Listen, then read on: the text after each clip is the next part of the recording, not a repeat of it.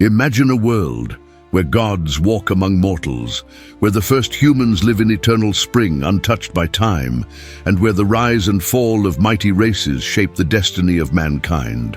Welcome to the epic tale of Zeus and the birth of human races, a saga of divine creation, virtue, and inevitable downfall. Zeus, the mighty lord of Mount Olympus and the father of gods, was also the father of mortal humans. The first generation of mortals to live on Earth was known as the Golden Race. These people were pure and clean in both heart and deed. They showed great respect to both their fellow humans and the immortal gods. In return, the gods loved them for their virtuous behavior, as they lived honestly and justly. They had no need for written laws or courts. The concept of punishment was entirely foreign to them. They lived a life of freedom, security, and peace, free from troubles and full of tranquility. Fear, sorrow, and hard labor had no place in their lives. Consequently, years did not mar their appearance or diminish their strength. Even old age brought respect and gratitude to these sacred people. The climate blessed the golden race with an eternal spring, beautifying their lives. They did not need to work for shelter or clothing. Flowing nectar and milk formed their rivers. The leaves of oak trees dripped with honey. They held feasts with the abundant grains and fruits that grew in the rich soils around them. They freely tended their herds of cattle and sheep in lush green meadows. They enjoyed the radiance of flowers under the sun and the sparkling stars in the night sky. The golden race did not desire more than what they had. They were neither greedy nor aggressive. They did not build ships to cross their borders. They did not threaten others, nor were they threatened by anyone. They did not feel the need to build defensive walls around their cities. They did not carry weapons or form armies. They never heard the trumpet call to war. They lived peacefully throughout their lives and died peacefully. Death came to them like a sweet sleep.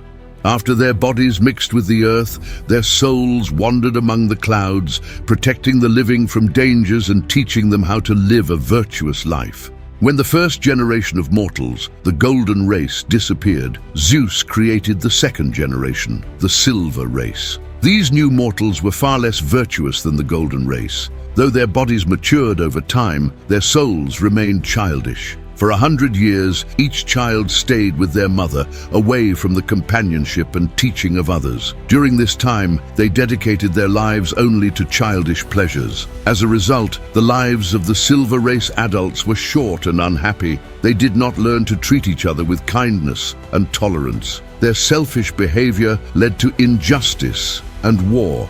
They did not show respect to the immortal gods and made no effort to please them. Because the silver race showed no respect to either the gods or mortals, Zeus became angry with them. The father of gods and mortals transformed the climate from eternal spring to 4 seasons, with the freezing cold of winter and the scorching heat of summer. When rocks and shaded forest areas no longer provided sufficient protection, the silver race had to build their first houses. Food was no longer plentiful. People yoked oxen together and plowed their fields. They toiled every day to plant millet seeds and harvest ripe crops. Zeus ended their lives on Earth early. When their bodies mixed with the earth, their souls descended to the underworld. Next, Zeus created the third generation of mortals, whose weapons and tools were made of bronze. This generation, known as the Bronze Race, was more inferior and ruthless than the Silver Race. Among the gods, they loved the god of war, Ares, the most, and lived by the sword. Their brute strength made them stronger, but their hearts were as unresponsive as the hardest rock. Despite their strength, the members of the Bronze Race died young, bringing black death upon themselves through endless violence and war.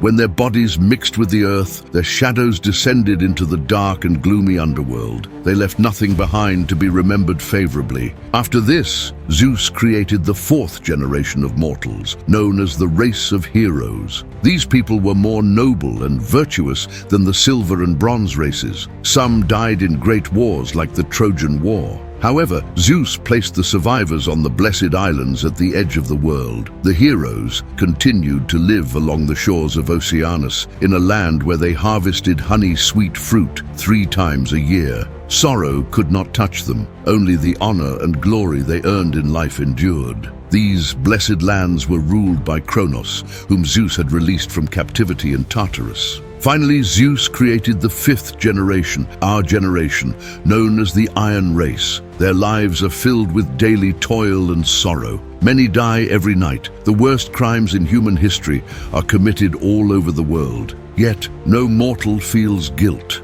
Justice and faith have abandoned the world, replaced by betrayal and deceit, violence and greed. The Iron Race does not consider the needs of others or share the world's bounty. Instead, they divide the surface of the earth into many private properties, taking as much as they can for themselves. They believe the grain provided by the land does not yield sufficient wealth. Therefore, they build ships and venture into the unknown to gain more riches. They tear apart the land that gives them grain in search of its hidden treasures. They find its iron and gold deposits, using them to become powerful and wealthy. The value of these metals leads to war. Immortal hands become stained with blood as they greedily seize the golden treasures of victory. And so, the story of the fifth generation created by Zeus, the Iron Race, comes to an end. Humanity, having forgotten the virtues inherited from the gods, filled the world with greed and violence. Yet even in this dark tale, we can find a glimmer of hope